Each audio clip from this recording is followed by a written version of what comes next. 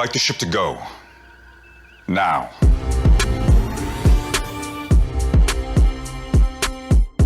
Hello, everyone, and welcome to the Treox Compound, where we give you specialized treatments where you can read faster and go stronger. That's the wrong special words. Sound like Kanye. Hey, we're not parading our lady friends naked on the red carpet. Yeah, the red carpet. Yeah, we're not doing that. And get divorced. Was she naked though? It was just same toned clothing. I think she was pretty naked. Okay, we've sidetracked. Totally sidetracked. We're here to talk about the Autobiography of Benjamin Sisko, chapters 21 through 24. And I have none other than Jonathan Shorts, as always, to talk this out with me. How you doing, John? I'm doing great, man. Doing great. I actually feel really good today. Maybe I had a special Treox compound, but, you know, I'm enjoying it, man. I've actually been working on my health a little bit more. I went to this lab to have some blood drawn. They test like 300 different things, and I'm overall healthy. So that made me feel better. And now I get to talk to my good friend Clarence about Star Trek. It can't be a better day. Well, you know, man, as we get up in age, you know, it's always good to make sure everything is working as it should, Treox compound or not. So, man, but it's wonderful always to chop it up with you, man, on the Autobiography of Benjamin Sisko. Can't wait to get into these chapters. Yes. Though I have to say, it seems like now have moved from the phase of, you know, filling in the gaps of stuff we didn't know, and now we've jumped from that to the beginnings of what we knew with the Saratoga, Jennifer, and things like that. And now we're firmly into kind of memory lane, I'll call it, kind of type of thing. Yeah. I don't know. I get it. I get it. Like, we do know it. I think what we didn't really know, because you never really get from Sisko, is his emotions on everything. And I think we're kind of, because I mean, honestly, we know this, and pretty much Jake knows about the subject matter in these chapters, right? Yeah. But what Jake does not know is, you know, his dad's feelings and emotions on him, because he never really could show that. So I think I get a lot. That's kind of what I took from these chapters coming in. And also we I feel like a good look into all these episodes we've seen. We can get kind of just a slightly different point of view of some of the things that's happened to Benjamin over the years. So I guess that's really cool as well. We get into chapter 21, straight into Terok Nor, or Deep Space Nine.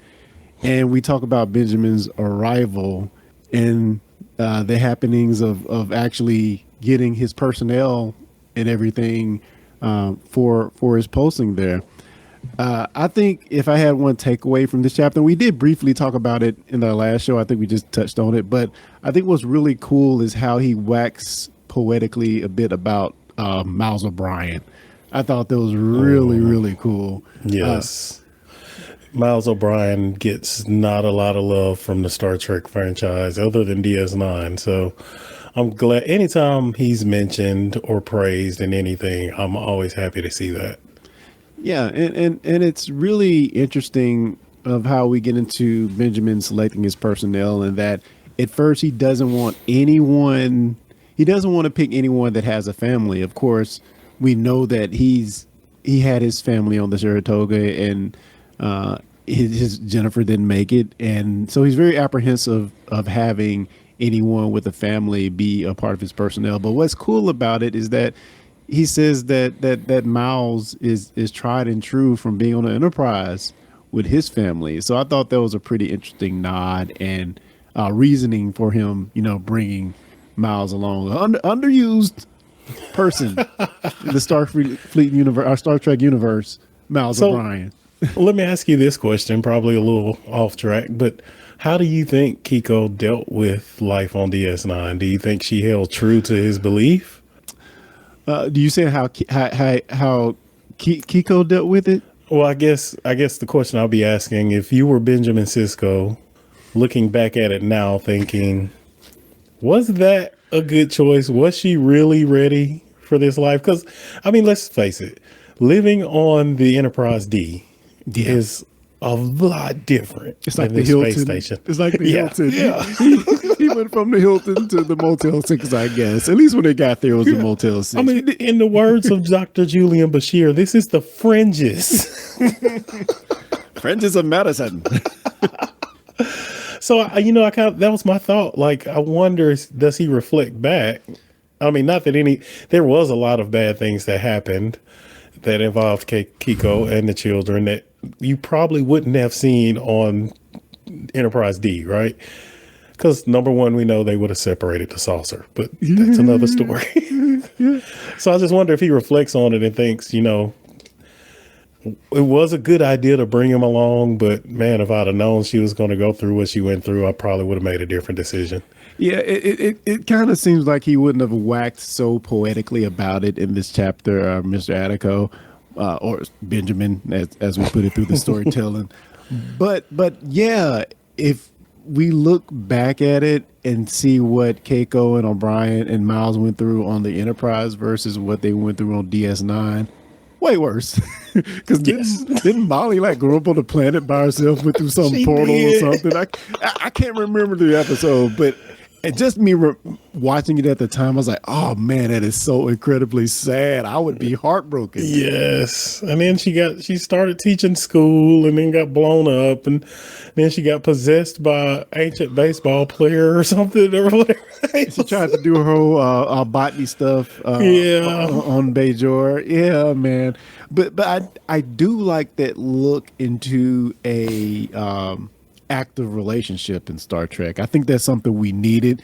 It's a good way to tell stories. It's a good way to put pressure on Miles, as we see Miles and Julian and the holodeck and how Keiko reacted to all of that. I think having a family, a husband and wife family on the DS9 was important for the storytelling part. Well, and just to not to harp too much on the family part, I don't know, and I guess kudos to Mr. Attico for opening up a subject that we can kind of go off on a tangent on. But as I'm thinking about this part, and okay, O'Brien is the only one there with family, but really as we progress, almost like this is not a Federation ship, right? So you have our relationships forming with Worf and Jadzia, or Kira and Odo, or everybody has their relationship, and eventually we get Sisko and Cassidy. Like, so really everybody at some point has a family on this ship. Yeah. So, I mean, it kind of changes the dynamic a little bit. It kind of turns into a generational ship station. Yeah. And we even kind of, the statement is made, I can't forget which exact chapter, but Benjamin talks about how you have the family you're born with, and then you have the family you make as you go out into the world. And this is very much one of those situations. And for a large part, that what I feel about, or how I feel about a lot of the Star Trek shows, it just feel like it's just a array of characters at the very beginning, but by the end, it feels like a family. And DS9 definitely accomplishes that. Is there anybody else on the personnel that jumps out at you, Jadzia or Julian or Odo? Anybody else that he talked about that really kind of jumped out at you that we dive into a bit? The obvious answer would you would think Jadzia, right? Yeah. But I think we dive into that relationship so much through the show. I mean, he really didn't say too much more than we already knew. Yeah. I believe it or not, the one that I found most enlightening of Benjamin's thoughts on was Dukat. That I don't think I've heard anyone describe Dukat the way he described him, and the way, like, his motivations, and we all know my most hated villain ever was Kai Wynn, right? But yeah. I'm listening to Sisko, and the way he describes Dukat is like he was the truly evil person, but he also kind of comes back behind it and kind of gives him an out. It's like it's in his nature. That's who he was, and It's not that he was evil for the sake of being evil. He had a unguided purpose, I guess. But I found that striking at how Sisko thought about him and Garrett or Taylor. Yeah. Well, let me comment a little bit. That's chapter 24. Where he goes into the Sons of Cardassia and he talks about Garrett and he talks about Dukat.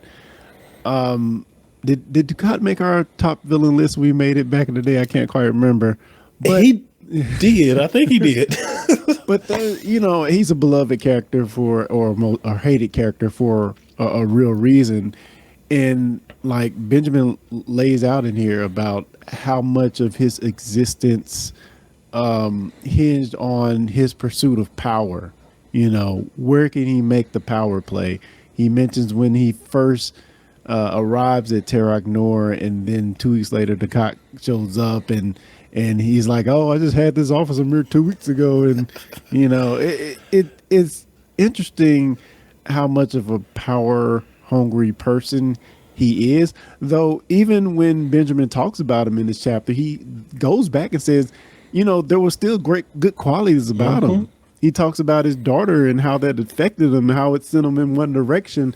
So yeah, I think what makes his character, and even from the explanation of Benjamin, what makes his character so interesting is that he is complex. He does have layers. He does kind of go from, occupation to kind of friend-ish to outright villain to he kind of plays in a big gray area, at least up to the very last few seasons where he goes full on. And and another thing kind of struck me, and it's maybe small and maybe it was unintentional, but I'm gonna tell you what I got from that first little part where he says when he first met Dukat in the office, and he could tell Dukat was saying, this used to be my office. Like he really wanted to been sitting in that chair at that desk. Yeah. For the power. What got me, and there's another part in these chapters where Sisko is kind of discussing kind of how he sees himself in a lot of these other friends and coworkers and colleagues. But he says this one line about this particular scene when Dukat says, that used to be my desk. And Sisko says, but it is still my desk. Right. So now I'm thinking, Sisko, he says that, Dukat is all about power, but in a small way, I feel like Sisko kind of senses that in him too. Yeah. Like Sisko don't want to let that desk go either. And I know we're not specifically talking about the desk, but that's just a metaphor for everything else. But I mean, even we go back to when Sisko left the station, they surrendered and he left his baseball there. Yeah. Yeah. And Dukat said, this means he's coming back. Yeah. Right. Yeah. And they kind of played it where you're looking at it, it's just the desk in the office, but it's probably the overall thing. But anyway, I'm rambling, but I felt that's what we're here for, man. I felt like Sisko was kind of saying to Jake, even in all of his evil deeds that he's done, there were some qualities to him, but there's also his bad qualities are not absent from us, from humans. We can have these same bad qualities. And I think that line was him kind of telling Jake, some of that was in me. Yeah, and he talks about the potential to go either way. You said bad qualities, good qualities. He mentions that. And I'm going to read this verbatim. My fundamental mistake with the cot was that I didn't realize he was never going to try to become a better person. And he had chances. He did. Power hungry. And we see that in real life. Some people are just power hungry and will pursue it at all costs. So yeah, I just found that very interesting. And getting into Garrick real quick, I like how he talked about Garrick as being an outright utter liar. You can't really trust anything he says, but there's an assurance in his consistency. He's consistently a liar, but Garrick is really a very complex character because we see throughout the series there is good in him. He does good deeds, but there's a lot of subterfuge in the way he presents himself and really his motive, for that matter, a lot of the time. And I mean, he even says after or right before that, after that, you know, even with all the lies, he still felt he was one of the most honest. Like he was the most, I don't know how he said it. Like basically he was true to himself more than any other. But there was a line, and I don't know if you remember it. And I think Garrick and Bashir was on a runabout, and something was about lying, and he basically said he never stops lying, he just gets better, or he like it's a skill you have to practice or something like that. Yeah. But I don't remember. God, I should have thought about that before we got on here. But I think that kind of explained Garrett to a T. It's like he wasn't lying to get away with anything or to get ahead of anything. It was just like who he is. Yeah. And it was a skill that he had to practice and keep going with. So, And practice he did. yes. And let's just kind of go back a little bit. I want to go back to personnel just a bit. And this is more so when we were first introduced in the first episode of the series. And he has that confrontation with Jean-Luc Picard. And I think we talked about this a little bit before. And in that confrontation, he talks about how he just had so much hate in his heart until he kind of comes to the realization that, also Jean-Luc was he was a victim in that whole thing as well, being Locutus of Borg. So I found that interesting, how he comes to a understanding of who he is through that experience. Yeah. And make no doubt, we see after the events of Best of Both Worlds, I think we had like the family episode after that. He goes home for a little bit, then comes right back. But he doesn't, and they play with that throughout that season. But he doesn't really, in the movies too. But he doesn't really have a outward consequence of what happens being Locutus. A lot of that is played within him, inner turmoil. But I do like how Sisko kind of addresses that there. He said, like, they just let this guy come back after like nothing was wrong. I thought that was really interesting. I never thought about it that way. I've always, that episode I kind of always somewhat held against Sisko, right? I guess we're on the outside looking in. You put us in that situation, we wouldn't know. But I'm like, the man didn't have a choice. Like he was assimilated. Yeah. And like everything he did was being done by the Borg Queen, just controlling him. So like, don't hold it against that man. He was assimilated. But at the same time, looking at it from like Sisko said, like there's lots of people that didn't come back. Their families didn't come back. Yeah. Trying to prevent the one thing that you helped kill them. And you get to come back. So it's not necessarily personally against him. I think it's the idea. Maybe. And I don't know. I'm glad he did say that though, because it kind of gives me a break on it. Because that was the one thing I never really let go of. I was like, man, you can't be mean to Jean-Luc. It just, we didn't have the benefit of seeing this as the episodes aired. We're looking back and kind of putting context around what we have known over the years of catching up. Right. But imagine like watching this as it happened. And I don't know if this aired if the episodes aired so congruently to where we had the Best of Both Worlds, then we aired the DS9 episode. I guess I need to research that. I don't know how it actually aired, but imagine you've been with the Next Generation for several years, and you're loving Jean-Luc Picard, and he's my captain, and all of a sudden this black dude comes with an angry attitude, like. It gives Picard lip, what I'm saying? Yeah. I know some people are probably pissed about that, man. I could imagine.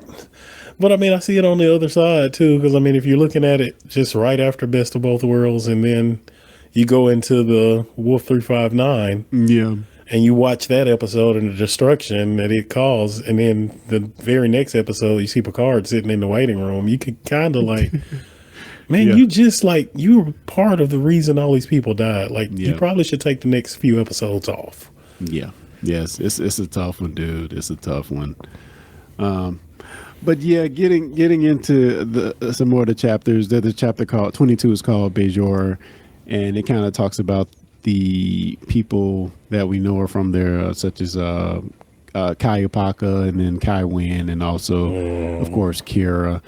I didn't garner a lot from this chapter other than getting into kind of Kira's relationship with Benjamin, how it was multifaceted because Kira serving like the first officer kind of position to Benjamin, so he's like a liaison to the Bajoran people, and then you have the whole religious aspect of it. He's her emissary. It's all type of layers on top of that with the major that kind of makes their relationship difficult. And he talks about when she saved his life.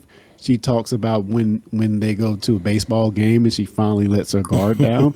So there was so many interesting things about about this that I don't know if I've ever truly thought about. But yeah, their relationship seemed like it would be a very hard one to manage especially when you think about Sisko or Benjamin not really at first embracing this whole emissary thing. He mentions in the book, he kind of just nods and smiles when somebody says it.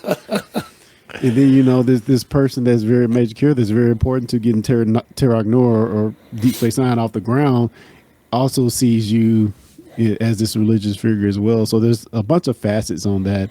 And, it made me really think how much of people talk about big swings. And Strange New World is going to have big swings this season. This whole series is a huge swing in so many ways. It is. So many ways.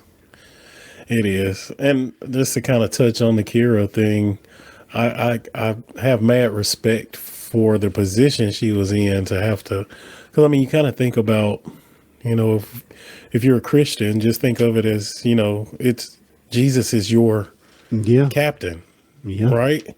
And you guys are working in a Muslim country. Yeah. Right. Like, how do you reconcile that? And, how do you be a good first officer to a captain, but also a good Christian for Jesus? Like, that's, how do you walk that line? And I never thought about it that way till I read that part of it, read him talk about it. I can't imagine that I'm surprised she stayed. Yeah.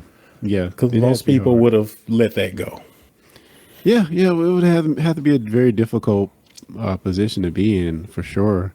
And just like even from Benjamin's point of view, you're here to just command this station.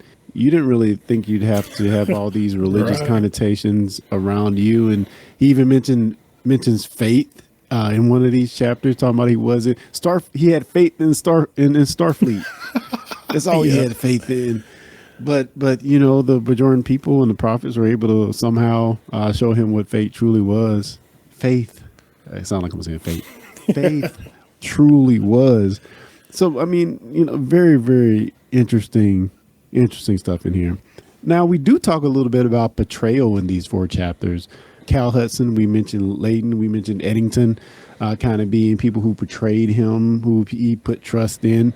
I think for me, the one that hurt the most probably is Cal Hudson, being that that's been his friend, that's been his weightlifting buddy. He was on Gilgo Beach with him. They were served as each other's best men in their weddings. But also we kind of put a mirror up to him and to Benjamin about, Benjamin has his tragedy and he goes one way. Cal has this tragedy and he goes in the opposite direction. So I thought, as far as we're, again, framing this story is Benjamin Attico, writing this, what Benjamin's saying is to Jake, that's right. I'm confused. But as far as how we're framing this story is interesting that we kind of dive into this and thinking of how Benjamin is trying to show Jake that you have to trust people, but also letting him know that no matter how much you do trust people, whether it's Starfleet officers or anybody else, there is this chance of betrayal. And I thought that was very interesting how it was kind of played out in these chapters. I think it's interesting. So you and I kind of have a different opinion. Honestly, and I get the emotional hurt from the betrayal of Cal. So maybe that was more emotionally affecting Benjamin, but I think the worst betrayal overall was Eddington. However you say that. Like he took that, like he went. That was the one of the few times, if only, that we've seen Ben like go overboard, lose control, lose himself. Yeah. And it says a lot about his commitment to Starfleet, because editing he betrayed Starfleet. He hurt Starfleet. Like Benjamin, it wasn't about him anymore. It was about the oath that we took. Like somehow Cal still seemed honorable, if that makes sense. Like, I don't know. I feel like Cal still kind of held a little morality in his betrayal. Well, Eddington didn't. Eddington just went all out. And I think that forced Sisko to go all out. So I don't know. I just feel like, and even to me, I felt like that was the worst betrayal. Yeah, I mean, I certainly can see that. Yeah. I think all of them, however different, were pretty interesting. Because I don't know if we see that. I'm trying to think of other captains, and do we see such a betrayal happen so much? Not where there's no coming back. I don't think so, because all of these is kind of a no coming back situation. From it. I can't think. I mean, TNG, you got. I mean, we really didn't have a betrayal there other than the. No, that was Voyager. I really can't think of. That was a true friend that betrayed. I can't, or even a superior officer that betrayed. Yeah, I can't think of anything. I was gonna say Tasha Yar, but that was a clone or something. Yeah. And then I think the only one where there might have been some confusion. What am I thinking about? I'm thinking about the conspiracy episode, but of course it wasn't true betrayal. Yeah, that was. Yeah, so maybe there aren't good examples. Now Voyager got kind of weird. Yeah, Voyager, you had the captain guy that I forget his name, that had the Equinox ship, and he kind of was going rogue, which I don't know if she ever considered him a friend, but that's one example. And then you had Chakotay's girlfriend. Yeah, Seska. You had Seska. You had Kes to a certain extent as well. When she come back with all hell and fury at the end. Yeah, old 3-year-old Kes. I don't know how. And then you even had older Janeway kind of that's right, at odds a little bit with kind of the moral compass of younger Janeway. So it's very much I guess maybe they had to get into that flow of having a little more interconflict, because I think that was one of Gene Roddenberry's ideas, was to not have interconflict among the crew, and maybe they just carried over a lot in TNG versus the other series. Yeah, because I can't think of anything in the original series. No, I can't either. Not true betrayal. It seemed like it was always because of some entity or something. I think that's why a lot of people didn't like DS9 though, because DS9 got dark. It was a darker Star Trek than people were used to. Yeah, man, DS9 went there, man. It went there. And I love it for it. Yes, absolutely.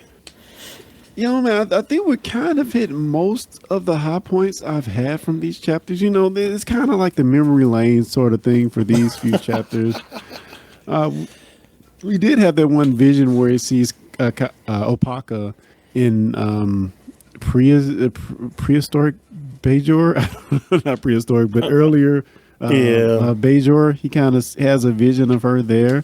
I don't know, and you've read to the end, so maybe no spoilers, but I kind of have a feeling that all these visions, which at the very beginning felt like, oh man, this is so awesome, these are going somewhere. 4 chapters left, I kind of feel like they maybe are not going to mean as much as I previously thought they would, but I'm open to being wowed by the end, because honestly, we have 4 chapters left.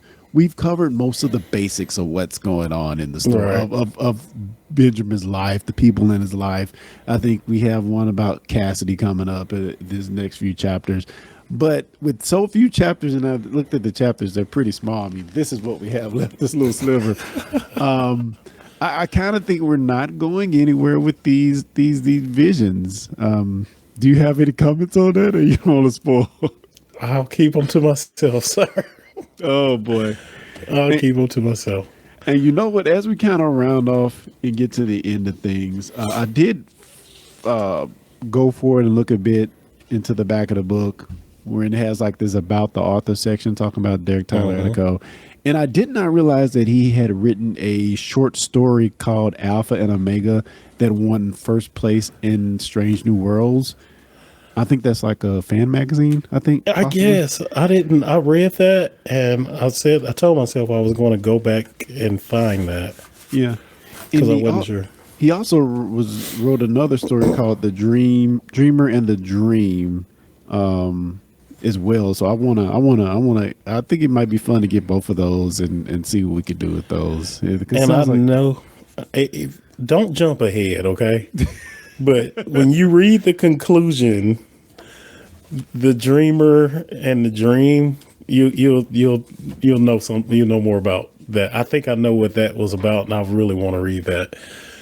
Wait, don't read the conclusion. Don't read the conclusion. Wait, I'm trying to find a conclusion. I didn't know there was a conclusion. Is that chapter 28? Don't even flip to it because you don't want to see the bottom right now.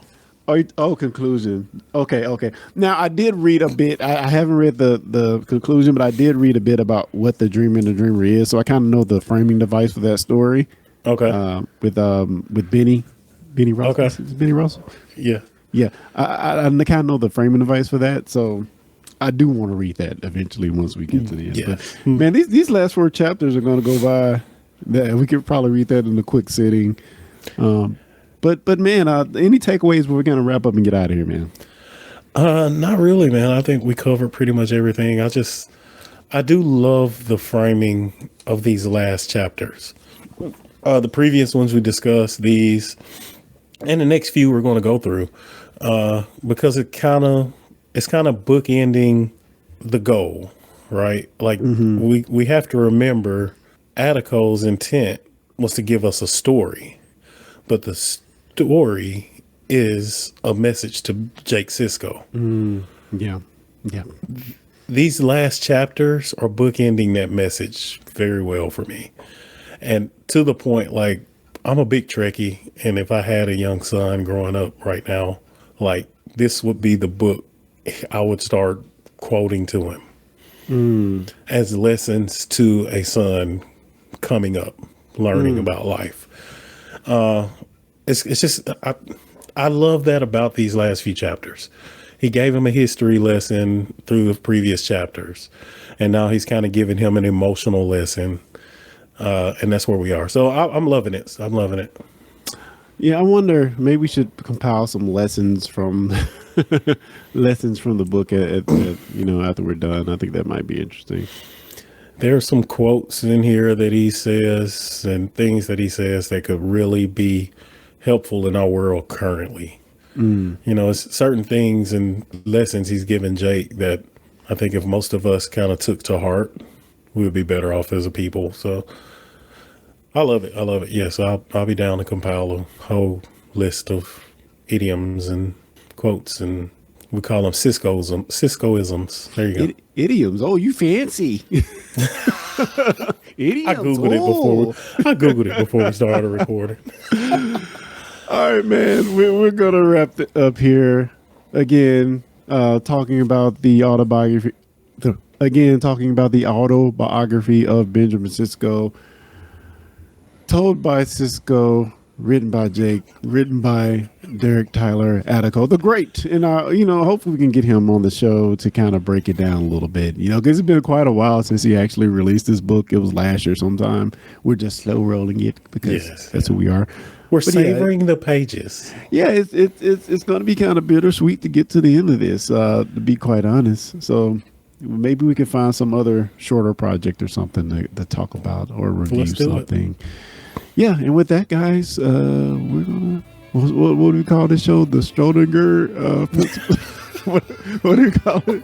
The seismic the triox, the simple triox compound, or the signature triox compound. I don't even remember what it was. Substitute. It was a triox compound. I know that. All right, guys. Well, we are going to effectively inject the triox compound here, read some more. And, that doesn't work. Bye. All right, guys, we'll see you later. You've been listening to the Discussing Network. Find out more at discussingnetwork.com. Can I say that like shut up Wesley? I can just go shut up Clarence?